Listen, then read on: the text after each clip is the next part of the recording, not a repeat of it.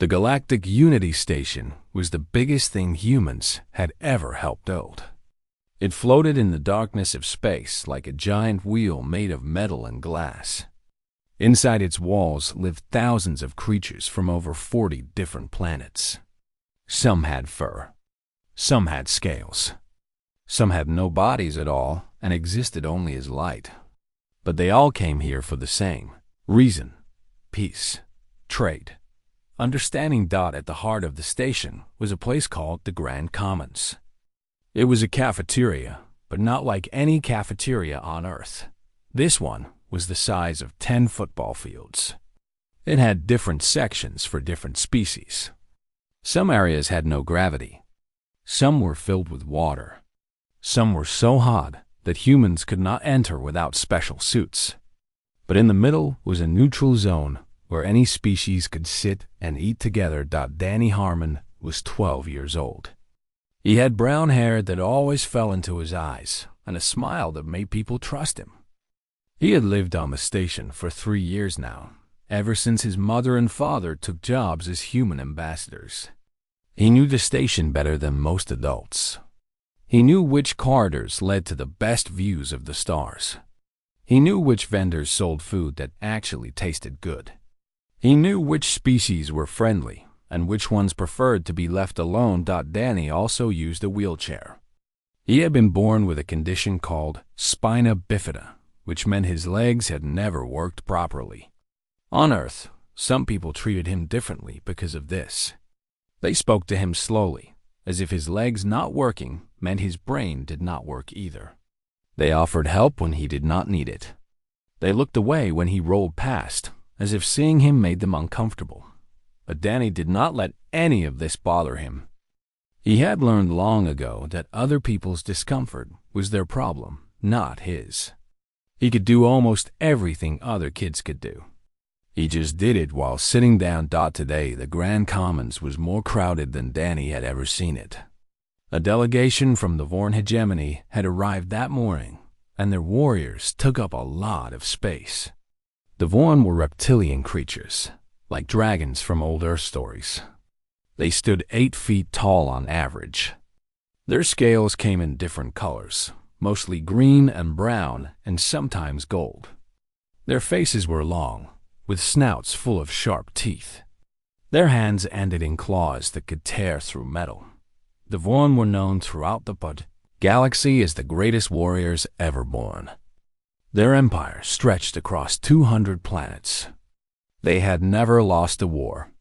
Other species respected them, feared them, and mostly stayed out of their way. Danny pushed his wheelchair through the crowd, a tray of food balanced on his lap. He was hungry. His morning classes had run long, and he had skipped his usual snack. Now his stomach was making angry noises, and all he wanted was to find a seat and eat his lunch in peace. But every table seemed full. He rolled past a group of Fulani, cat-like creatures who purred when they were happy. Their table was packed. He passed a cluster of methane breathers, their helmets fogging up as they ate through special tubes. No room there either. He even checked the human section, but a school group from Earth had taken every available seat. Danny sighed and kept searching. Then he saw it. A table in the far corner, away from the main traffic. It had 8 seats, but only one was occupied. A Vorn warrior sat there alone. Danny studied her as he approached. She was female, he thought, though it was hard to tell with Vorn. Her scales were a deep green, almost black in some places. But what caught his attention were her scars.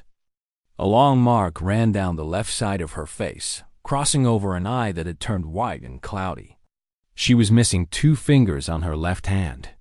Her right arm had a strange bend to it, as if it had been broken and healed wrong. She sat perfectly still, her food untouched in front of her. Other creatures walked past without looking at her. Even other Vorn seemed to avoid her table. It was like she was invisible.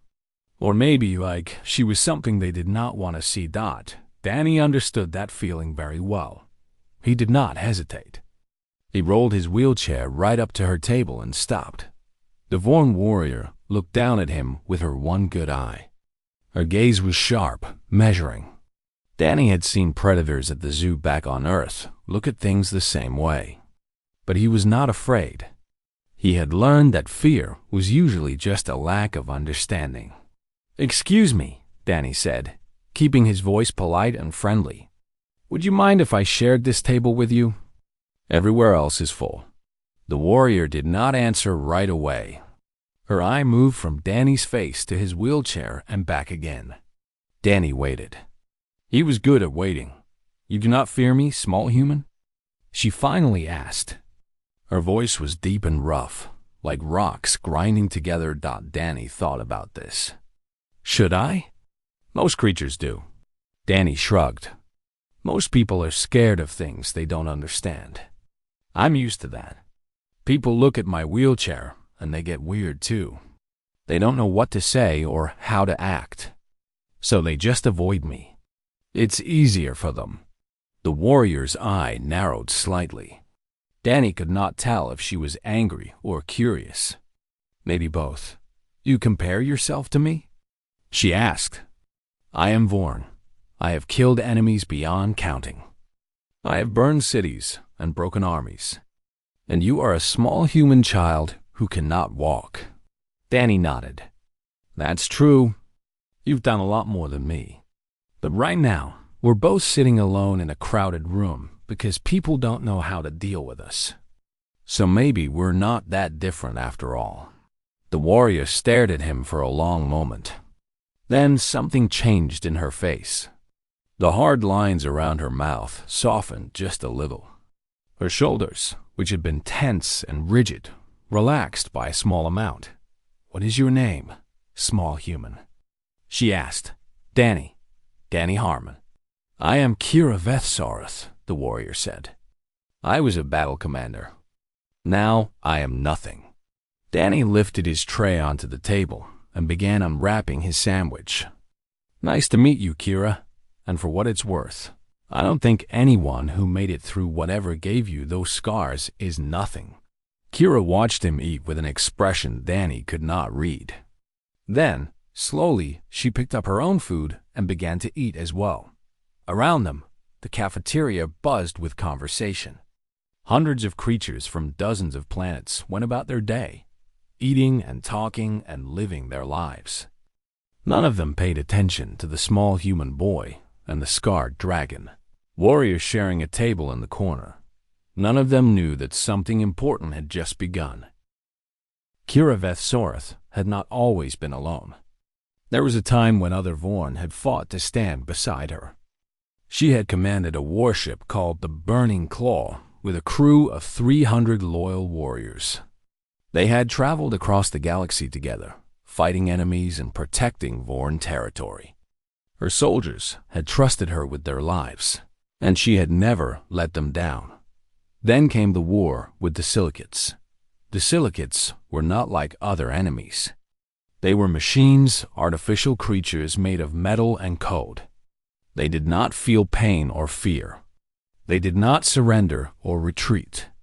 They simply kept coming, wave after wave, until everything in their path was destroyed. Kira's ship had been ambushed near a small moon. The Silicates had hidden in the asteroid field, waiting. By the time her sensors detected them, it was too late. Hundreds of enemy vessels surrounded the Burning Claw. The battle lasted 6 hours. Kira fought with everything she had. She led her warriors through the corridors of her own ship, fighting off boarding parties. She carried wounded soldiers on her back while firing her weapon with one hand. When the engine room was breached, she held the doorway alone for 20 minutes while her engineers made repairs. In the end, the Burning Claw escaped. But the cost was terrible. Half her crew was dead. Kira herself had been captured by the Silicates and held for 3 days before a rescue team found her. Those 3 days had left their marks. The Silicates had wanted information about Vorn defenses. Kira had given them nothing, but they had taken pieces of her in return. Her eye, her fingers, her arm, which they had broken in 4 places. And something else, something that did not show on the outside. Her belief in herself. In Vorn society, wounded warriors were seen as cursed. To be damaged in battle meant the spirits of war had turned against you. It meant you were no longer worthy of respect or honor. Kira had returned home expecting to be celebrated as a hero. Instead, she had been quietly removed from command and given a meaningless job as a diplomatic assistant. Her family had not visited her in 2 years. Her former crew members crossed the street to avoid her. She had become a ghost, still alive, but no longer existing in any way that mattered.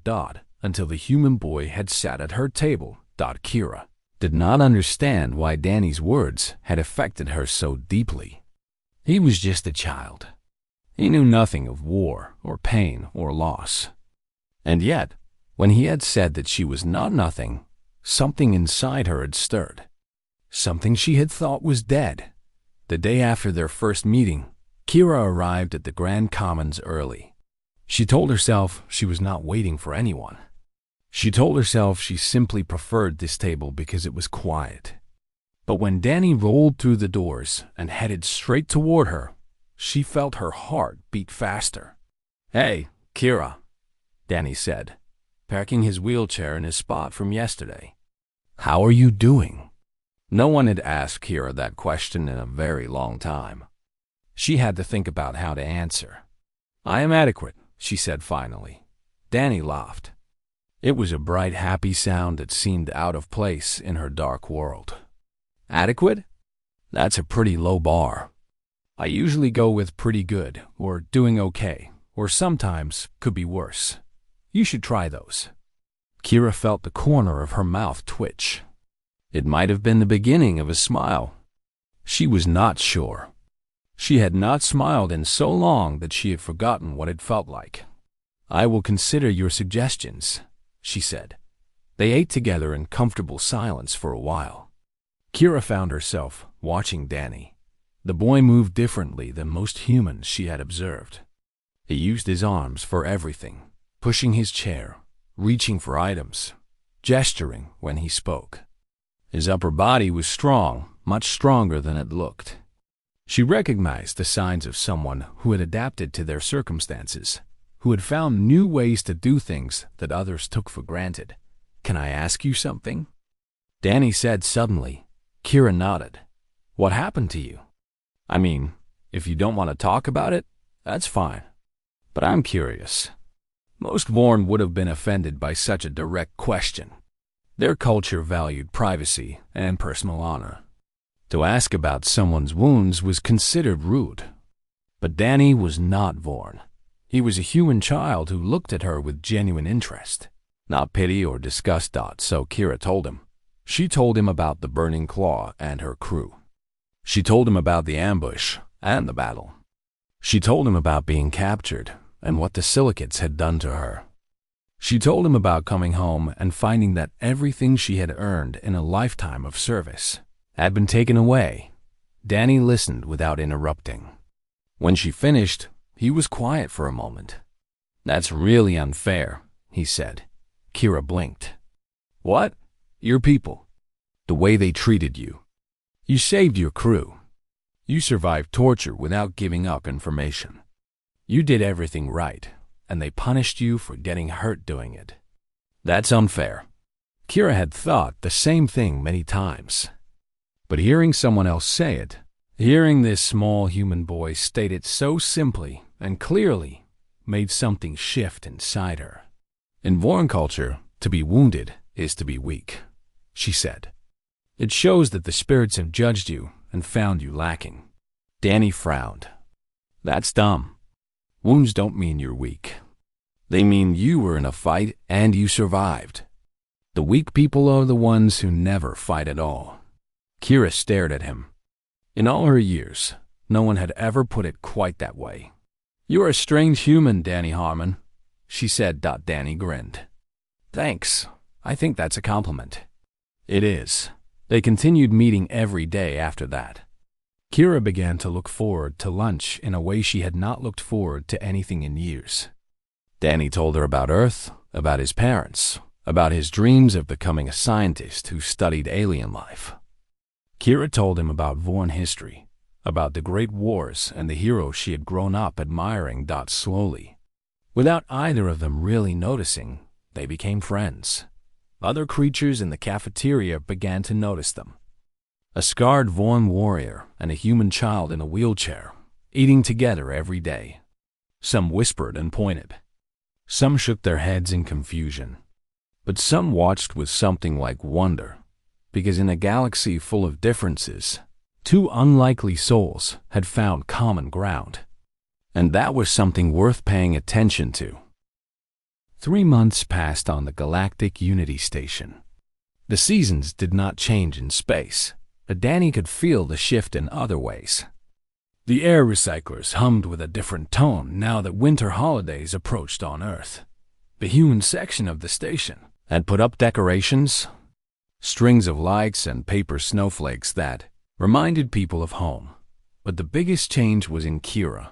When Danny had first met her, the Vorn warrior had been like a statue, cold, still, empty. She had spoken in short sentences and rarely met anyone's eyes. She had moved through the station like a shadow, trying not to be seen. Now she was different. She stood straighter. She spoke more freely. Sometimes she even laughed at Danny's jokes, a deep rumbling sound that made nearby creatures turn and stare. The cloud in her damaged eye was the same, but the light in her good eye had returned. Danny was proud of his friend. He had watched her come back to life, piece by piece, and he felt like he had helped make that happen. "I looked you up," Danny said one afternoon as they ate their lunch. Kira raised an eyebrow. "What do you mean?" "The station database. It has information on pretty much everyone who works here. I searched your name and found your military record." Kira's expression became guarded. "Why would you do that?" "Because I wanted to know more about you. And because I wanted to understand why your people treat you the way they do." Danny leaned forward in his wheelchair, his eyes serious. "Kira, do you know what your file says?" "I know I failed." "No." Danny shook his head firmly. "That's not what it says at all. Your file says you saved your entire crew from destruction. It says you held off a silicate boarding party by yourself for 20 minutes. It says you carried 3 wounded soldiers through 6 decks of your ship while the hull was breaking apart around you."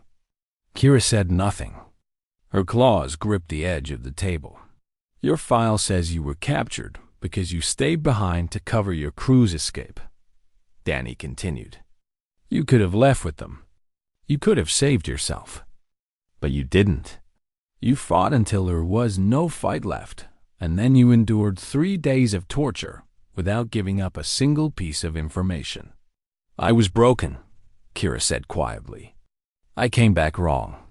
"You came back alive." "That's not wrong. That's amazing." Danny's voice was firm, certain.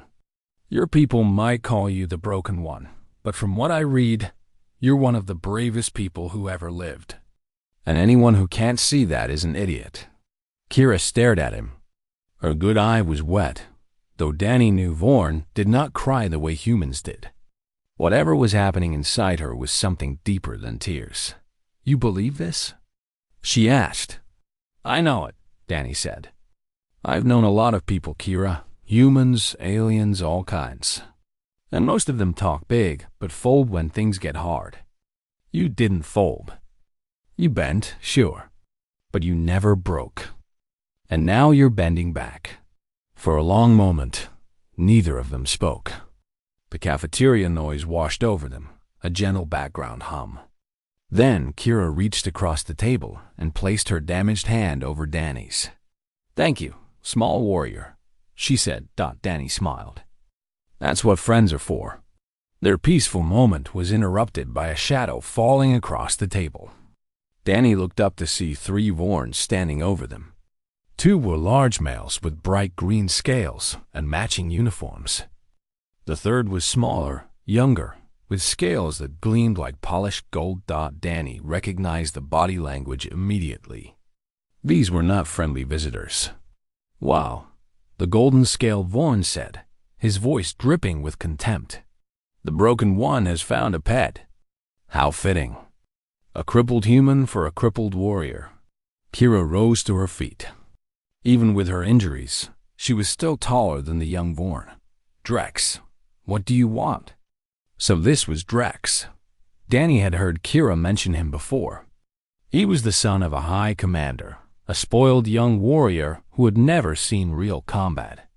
He had made it his personal mission to remind Kira of her fallen status whenever possible.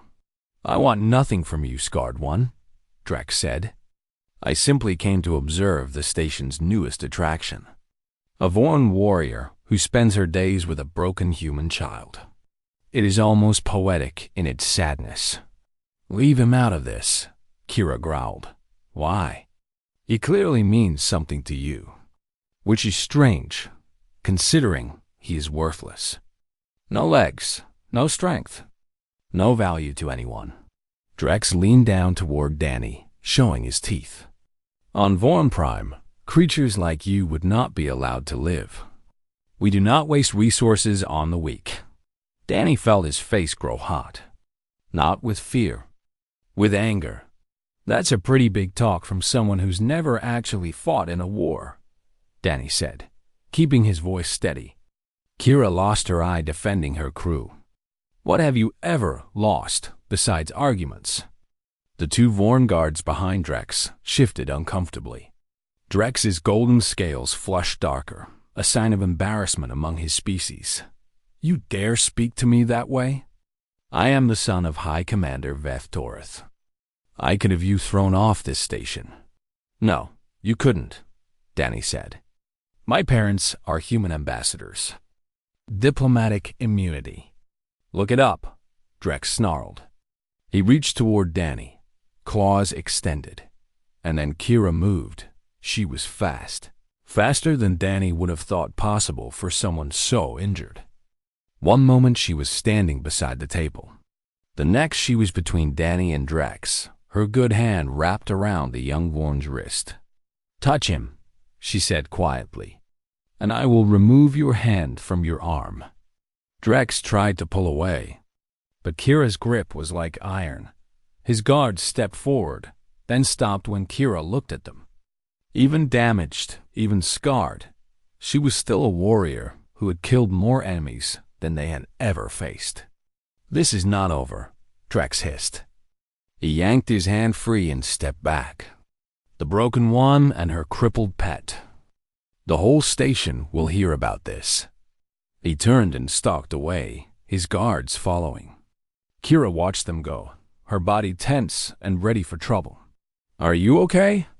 she asked Danny without turning around. "I'm fine. Are you?" Kira slowly relaxed. She sat back down, though her eyes kept scanning the cafeteria for threats. "I should not have grabbed him. He will use this against me. He was going to hurt me. Perhaps. Perhaps not. But now he has an excuse to take action." Kira shook her head. "I have made things worse." Danny reached out and touched her arm. "You protected your friend. That's never wrong." Kira looked at him. And despite everything, despite the threat that Drex represented, she managed something like a smile. "You continue to surprise me, Danny Harmon." "Good," Danny said. "Life is boring without surprises." But deep down, both of them knew that Drex would return. And when he did, the situation would not be resolved with words. Danny spent that night reading. Not his school books, not the adventure stories he usually enjoyed before bed. He read about Vorn law. Every article, every document, every legal code he could find in the station database. His parents noticed the light under his door, but assumed he was studying for a test dot in a way. He was dot by morning. Danny had a plan. It was risky. It was probably stupid. But it was the only way he could think of to help Kira. Drex had not wasted any time. By breakfast, the whole station was buzzing with the story of how the Broken One had attacked a high commander's son without provocation. The details were twisted, exaggerated. In some versions, Kira had drawn a weapon. In others, she had threatened to kill Drex and his entire family. Danny found Kira in their usual corner. She looked tired, smaller somehow. The light that had been returning to her eye had dimmed again. "I have been summoned to appear before the Vorn Diplomatic Council," she said as Danny approached. "They will strip me of my remaining status. I may be sent back to Vorn Prime for punishment." "What kind of punishment?" Kira did not answer. She did not have to. The look on her face said everything. "That's not going to happen," Danny said firmly. "I have a plan." "Danny, you cannot help me with this. Vorn law is complicated. It goes back thousands of years. There is no way for an outsider to intervene." "Actually, there is." Danny pulled out his tablet and set it on the table. "I read about something called the right of challenge. It says that any sentient being who is insulted by a Vorn can demand satisfaction through combat." Kira's eye widened. "You cannot be serious. Drax insulted both of us. He called me worthless. He called you a broken disgrace. Under your own laws, I have the right to challenge him. Danny, you are a child. You cannot walk. Drax would destroy you in seconds. I'm not going to fight him myself." Danny leaned forward, his heart pounding. The right of challenge also says that any challenger can name a champion to fight in their place. I looked it up. There are no restrictions. The champion can be anyone. Kira went very still. "You want me to fight for you. I want you to fight for both of us. For yourself. For everything they've taken from you." Danny met her gaze without flinching. "You were a battle commander. You held off an army. You survived things that would have killed anyone else. Drax is a spoiled kid who's never been in a real fight. You can beat him. I am not who I was. No, you're stronger." Danny reached across the table and took her damaged hand in his. "Kira, I believe in you. I've believed in you since the first day I sat at this table. Now I'm asking you to believe in yourself." Kira stared at their joined hands. Human and Vorn, so different in shape and color, yet somehow fitting together. "If I lose, you will be shamed. Your family will suffer. I don't care about shame. I care about you. Why?" The question came out almost as a whisper. "Why do you care so much about a scarred Vorn warrior you barely know?" Danny smiled. "Because you're my friend. And because someone once told me that there are many kinds of battles. The ones fought with the body are the easiest. It's the battles of the spirit that really test us. You taught me that. Now let me help you fight." Kira was silent for a long moment. Around them, the cafeteria continued its usual morning routine. Creatures of all species ate and talked and laughed, unaware of the decision being made in the corner. Finally, Kira squeezed Danny's hand. "Very well, small warrior. I will be your champion." The formal challenge was issued that afternoon. Danny stood before the Vorn Diplomatic Council in his wheelchair, his parents standing nervously behind him. He spoke the traditional words, naming Drax as his offender and Kira as his champion. Drax was shocked. His golden scales went pale as the implications sank in. He had expected to punish Kira through the bureaucratic system, not face her in combat. Under Vorn law, he could not refuse the challenge without bringing terrible shame upon his family. "This is a trick," he sputtered. "The human cannot do this." "He can," one of the council elders said. "The right of challenge applies to all sentient beings. The human has followed proper procedure. You must accept or withdraw your accusations." Drex's father, High Commander Veth Torith, watched from the back of the room. His expression was unreadable. Danny wondered if he was angry at his son or simply calculating the political implications. "I accept," Drex said finally, his voice hard. "Tomorrow at midday. Traditional combat arena. First blood rules. First blood meant the fight would end when one combatant drew blood from the other. It was better than a death match, but still dangerous. Vorn claws were sharp. A single scratch could open an artery dot. As the council chamber emptied, Kira approached Danny. "You have done a brave thing," she said. "Or a foolish one." "Perhaps both." "Probably both," Danny agreed. "Are you ready for this?" Kira looked at her scarred hands, her missing fingers, her arm that bent wrong. For so long, these had been marks of shame. Proof of her failure. Reasons why she was worthless. But Danny did not see them that way. He saw them as proof of survival. As badges of honor. As evidence that she had faced the worst the universe had to offer and refused to give up. Maybe it was time she started seeing them that way too. "I will be ready," she said. "For you, small warrior." "I will be ready." Danny nodded. He believed her. The whole station would be watching tomorrow. Representatives from dozens of species would see a scarred Vorn warrior fight for a disabled human child. Some would think it was ridiculous. Some would think it was tragic, but Danny knew the truth. This was not about winning or losing. This was about standing up. About refusing to accept the labels that others tried to put on you. About proving that worth was not measured in physical perfection. Tomorrow, the galaxy would learn something about humans. About what they believed.